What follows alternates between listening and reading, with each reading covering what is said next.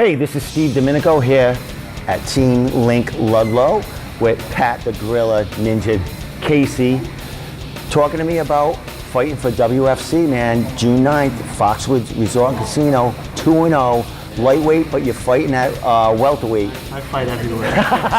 yeah, everywhere. 55 to 85, so I'll probably will do the same as well. Move around. Why not? It's tough to get fights. I mean, especially, someone at your stature, you're 2-0, 2 grinding fights. You had your pro debut for Bellator.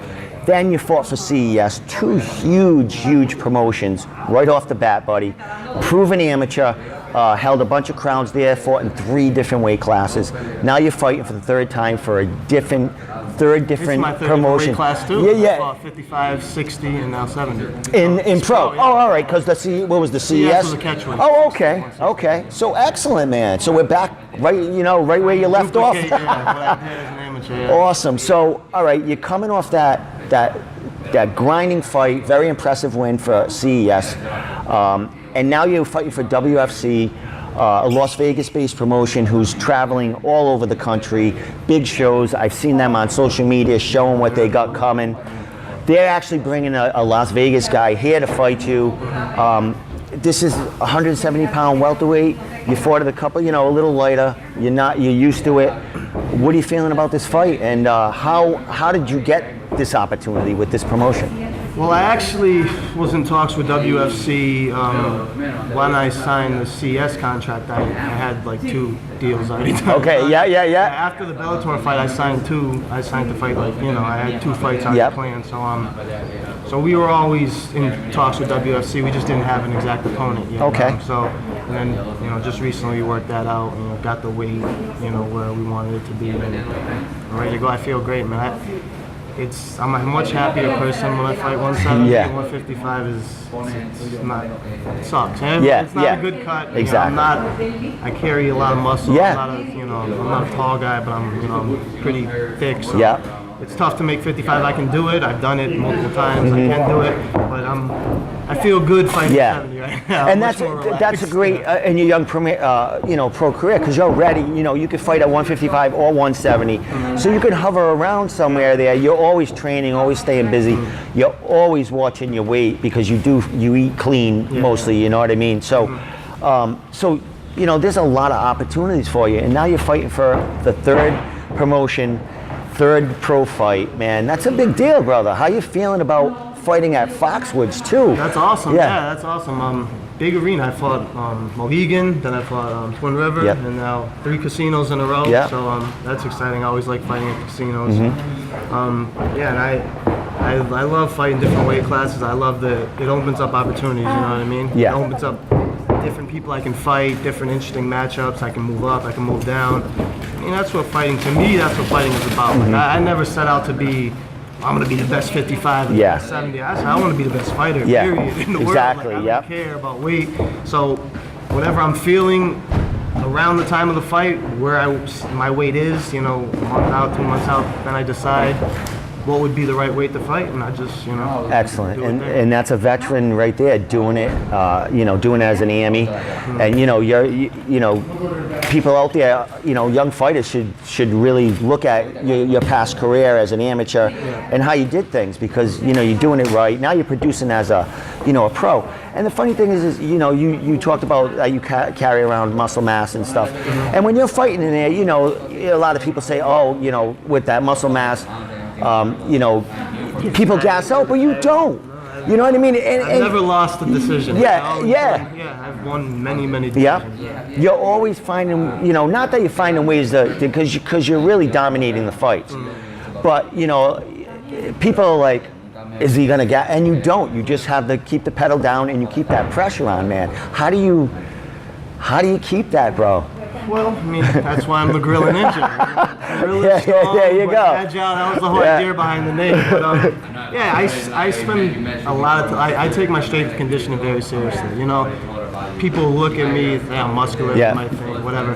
But I know how long a fight is. I know how long I have to be able to go hard at high intense pace, and I prepare for it. You know, when I step in the cage, it's nothing new. It's nothing different. I put myself in those kind of conditions literally every day. Yes. So when I go out there, my confidence is so high.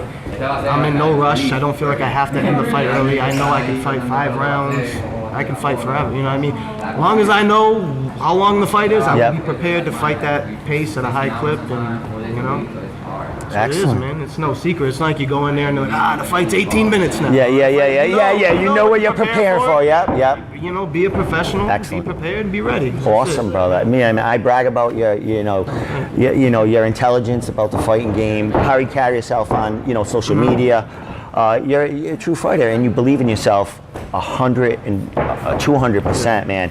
And it's great for the sport. It's great for the young up and coming guys. It's great for you. Yeah. It's great for the career. There's a lot of people, young fighters getting signed now by UFC, and they're looking for, the diamond right here, man. And you're it, brother. It's coming. It's coming, man. I learned a lot. How we handled my career, I think, was very smart. The first couple fights, I was killing people in a minute or whatever, and a lot of people were like, go pro.